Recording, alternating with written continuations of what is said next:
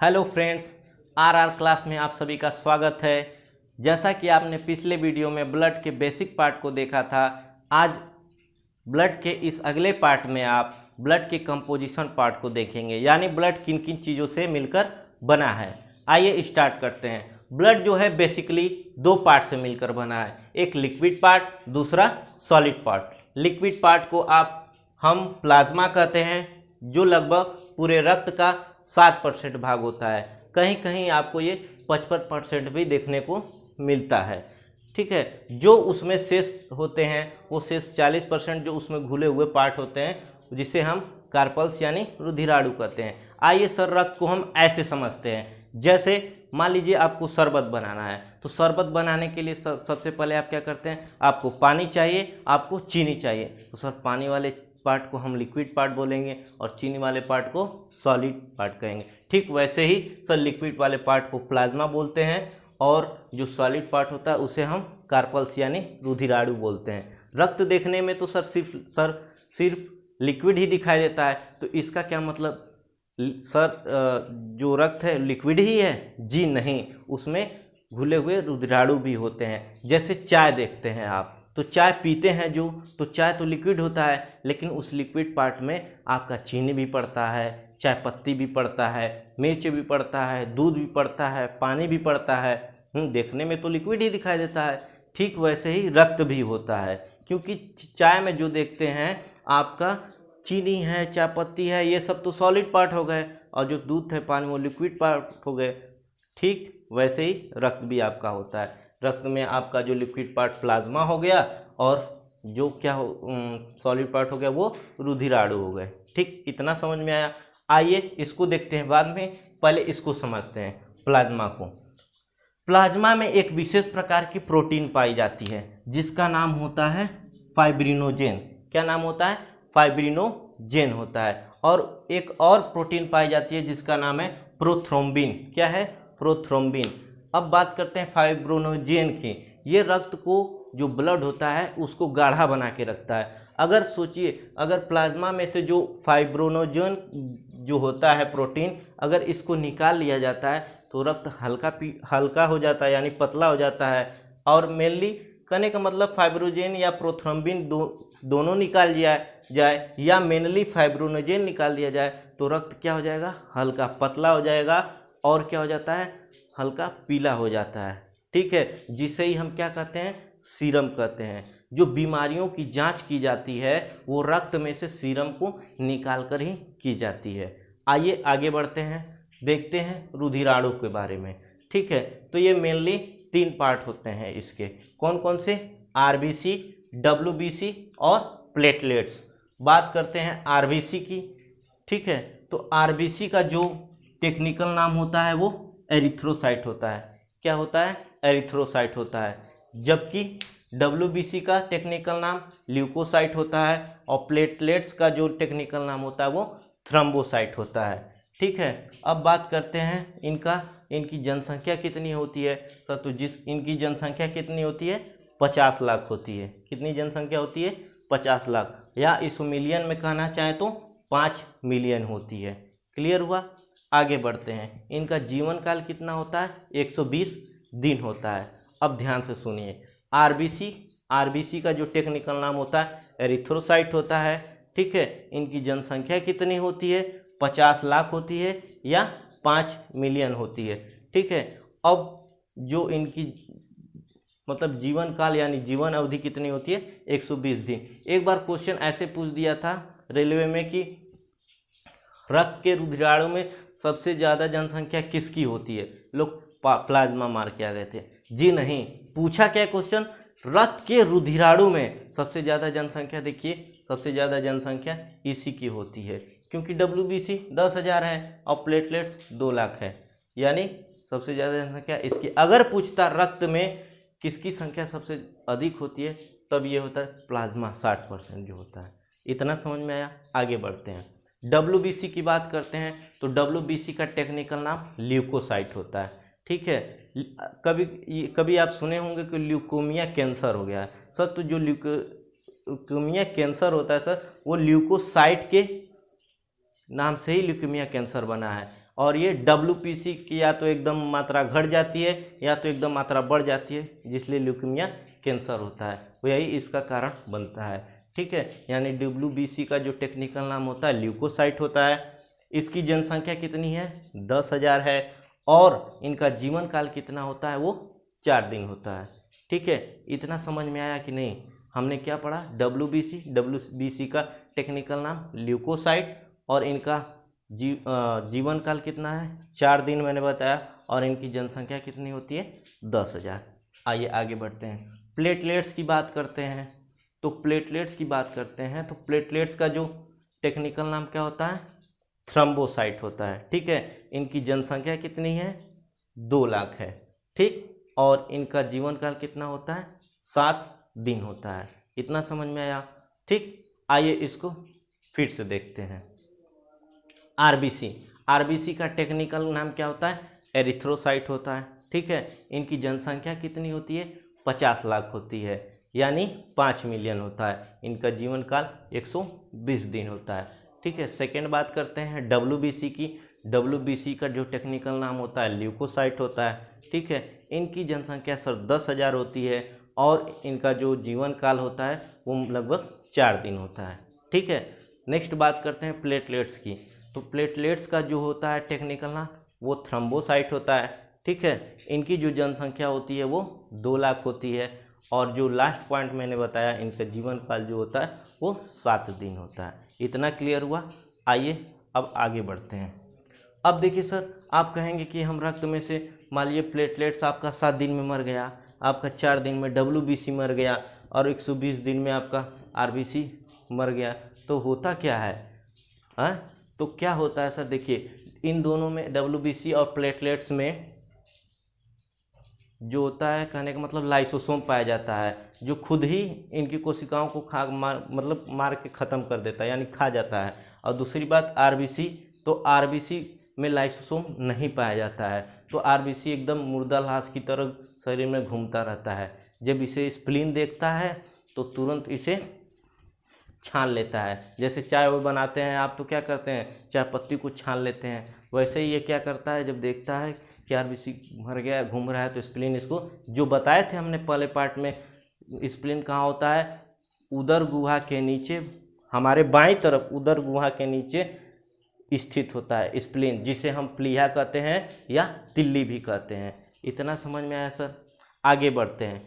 कहने का मतलब ये तो मर जाते हैं, तो देखिए रुधिराणु मरते हैं, न कि प्लाज्मा मरता है। ठीक है, तो रुधिराणु मर जाते हैं और न कि प्लाज्मा मरता है।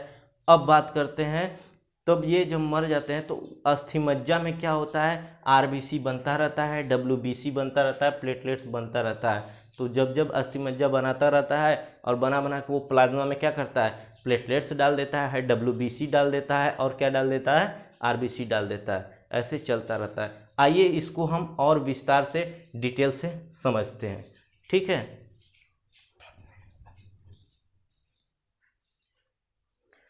तो आइए RBC के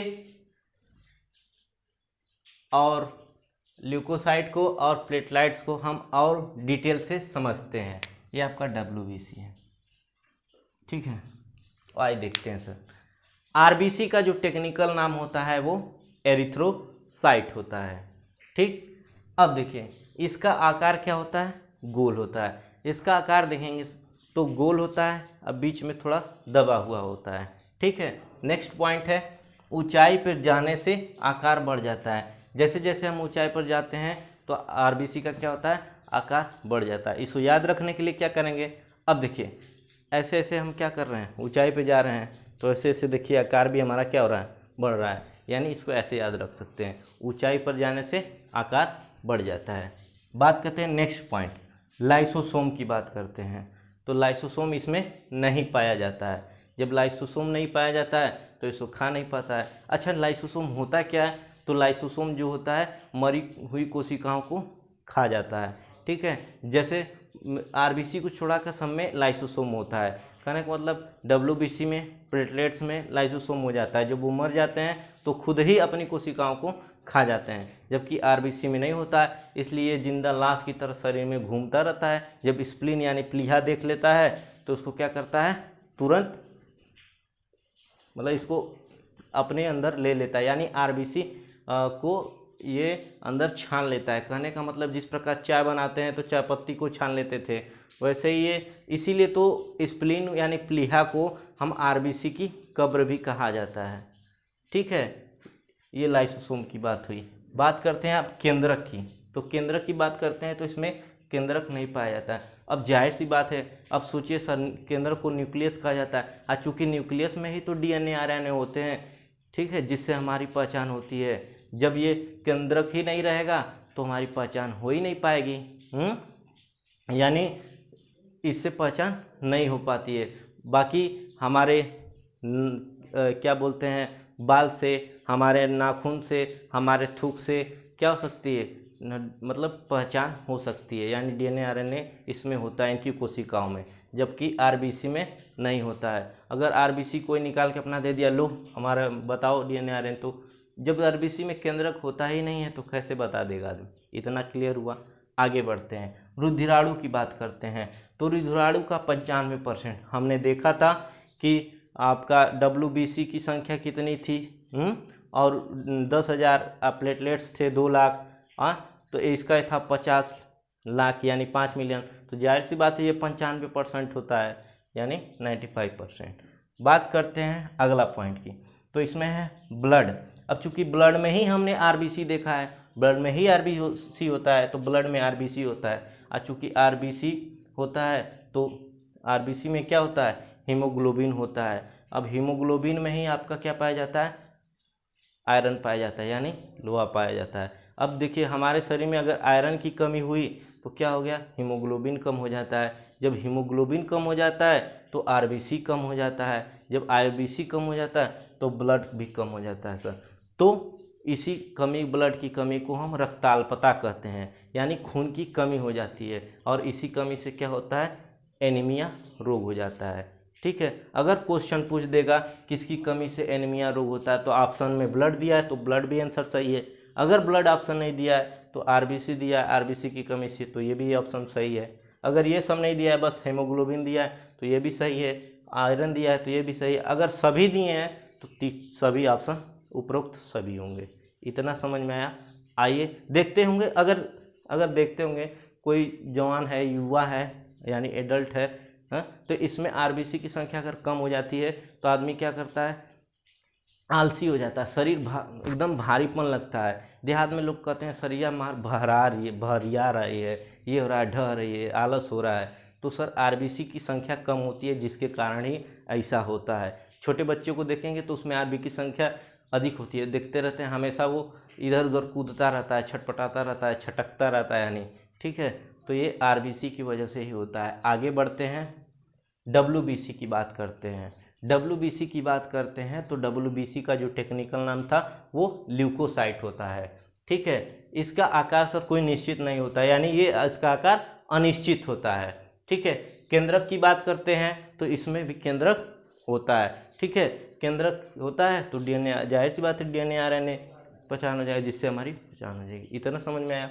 रोगों की रक्षा की बात करते हैं तो ये WBC रोगों से हमारी क्या करती है, रक्षा करती है। अब देखिए ये किस प्रकार करती है, ये कई प्रकार के होते हैं, मेनली 5-6 प्रकार को मिलाकर होते हैं, लेकिन मेनली देखा जाए तो ये सब उतना नहीं इनका काम है, लेकिन सबसे मेनली 3 लोगों का है, यानी एंटीबॉडी, लिम्फोसाइट, मोनोसाइट, न्यूट्रोसाइट होता है, सिनोसाइट, बेसिनोसाइट करके होते हैं। तो इन तीनों का कोई काम नहीं होता, मेनली काम होता है, लेकिन मेनली 3 ही लोगों का काम होता है। जैसे एंटीबॉडी की ये शरीर की रक्षा करता है, लिम्फोसाइट की ये T सेल होता है, और मोनोसाइट बड़ा। अब इसको समझते कैसे हैं सर, मान लीजिए आपको कोई मतलब मच्छर काट लिया, खटमट का लिया, कोई वायरस घुस गया, तो एंटीबॉडी क्या होता है, देख लेता तुरंत, अरे रे रे रे रे तुम हमारे एरिया में कैसे आ गए। अब तुरंत जाता है किसके पास, लिम्फोसाइट के पास, और लिम्फोसाइट को बुलाता है, ए चचा उठिए ना, ए चचा उठिए ना। ये उठते हैं, जाते हैं, ये बताता है कि अरे वो हमें वायरस हमारे एरिया में आ गया है। अब क्या करता है, लिम्फोसाइट चचा जाते हैं, अब उसको ले धड़ाधड़ क्या करते हैं, मार के गिरा देते हैं। जब वो मर जाता है तो क्या करता है, एंटीबॉडी जाता है मोनोसाइट के पास, ए चचा चला वो मर गई है, तब वो जाता है उसको खा जाता है, यानी इसका आकार सर बड़ा होता है, उसे खा लेता है। यानी सर शरीर की रक्षा एंटीबॉडी यानी बीएसएफ का काम कौन करता है, एंटीबॉडी करता है। और जो मारने का काम क्या करता है, लिम्फोसाइट, ये टी सेल आकार का होता है। यानी मेनली काम कौन करता है, लिम्फोसाइट करता है मारने का, ठीक है। और मोनोसाइट क्या करता है, उसे खा जाता है सर। तो ये बात हुई WBC की, ठीक है, जो शरीर की रक्षा करता है सर, रोगों से रक्षा करता है। ठीक, आगे बढ़ते हैं प्लेटलेट्स की। प्लेटलेट्स को हम हिंदी में क्या कहते हैं, बिम्बाणु भी कहते हैं। ठीक, इसका आकार लगभग उत्तल के आकार का होता है। केंद्रक की बात करते हैं तो इसमें भी केंद्रक नहीं पाया जाता है, ठीक है। और ये क्या करता है, प्लेटलेट शक्ति प्रदान करता है। अब देखिए इसको समझते कैसे हैं। कभी कभी आप बैठते होंगे तो आधे घंटे में 15-20 मिनट बाद आपका लगता है कमर दर्द करने, कहेंगे अरे यार कमर दर्द का लगा ली होगा, हम नहीं पढ़ पा रहे हैं। ये है, किसी लोग को देखें सर 6-6 घंटों पढ़ते जाते हैं, उन्हें कुछ नहीं होता है। तो सर जाहिर सी बात है उनमें प्लेटलेट्स ज़्यादा होता है और आप में सर कम हो गया होता है, जिसके कारण आप पढ़ नहीं पाते हैं। सबसे बड़ी बात बोलते हैं, अगर आलस हो जा रहा था, लेजीनेस हो रहा था, शरीर भारीपन हो रहा था, तो आपका RBC की कमी हो गई थी, तो हो जा रहा था। और ये शक्ति नहीं है आप में, नहीं कर रहे तो जाहिर सी बात सर प्लेटलेट्स घट गया है सर। सबसे बड़ी बात कहने का, डेंगू देखे होंगे तो जब डेंगू बीमारी होती है तो उसमें तो प्लेटलेट्स घट जाता है, बहुत कम हो जाता है, 30,000 40,000 समथिंग हो जाता है। और तो इसके लिए डॉक्टर क्या करते हैं, लोग गिलोय का पीते हैं, एलोवेरा पीते हैं, बकरी का दूध पीते हैं, फ्रूट खाते हैं, ताकि प्लेटलेट्स हमारा बढ़े, ठीक है। तो इसका, इन तीनों का हमारे जीवन में, स्टूडेंट लाइफ में या निजी लाइफ में बहुत बड़ी भूमिका है सर। फल वल खाते रहिए और देखिए कभी, और अपने से ना खाइए, डॉक्टर को दिखा के। और ये सब बहुत ही मेनली इम्पोर्टेंट है, इसे अपने शरीर को मेंटेन किए रहिए, ठीक है सर। तो हमारी क्लास या वीडियो अगर आपको समझ में आ रही है तो सर चैनल को सब्सक्राइब करिए, लाइक करिए और शेयर करिए, ठीक है। अगर कोई बात समझ में नहीं आ रही है तो सर कमेंट अवश्य करें सर। मिलते हैं नेक्स्ट एपिसोड में, तब तक के लिए सर थैंक यू क्लास।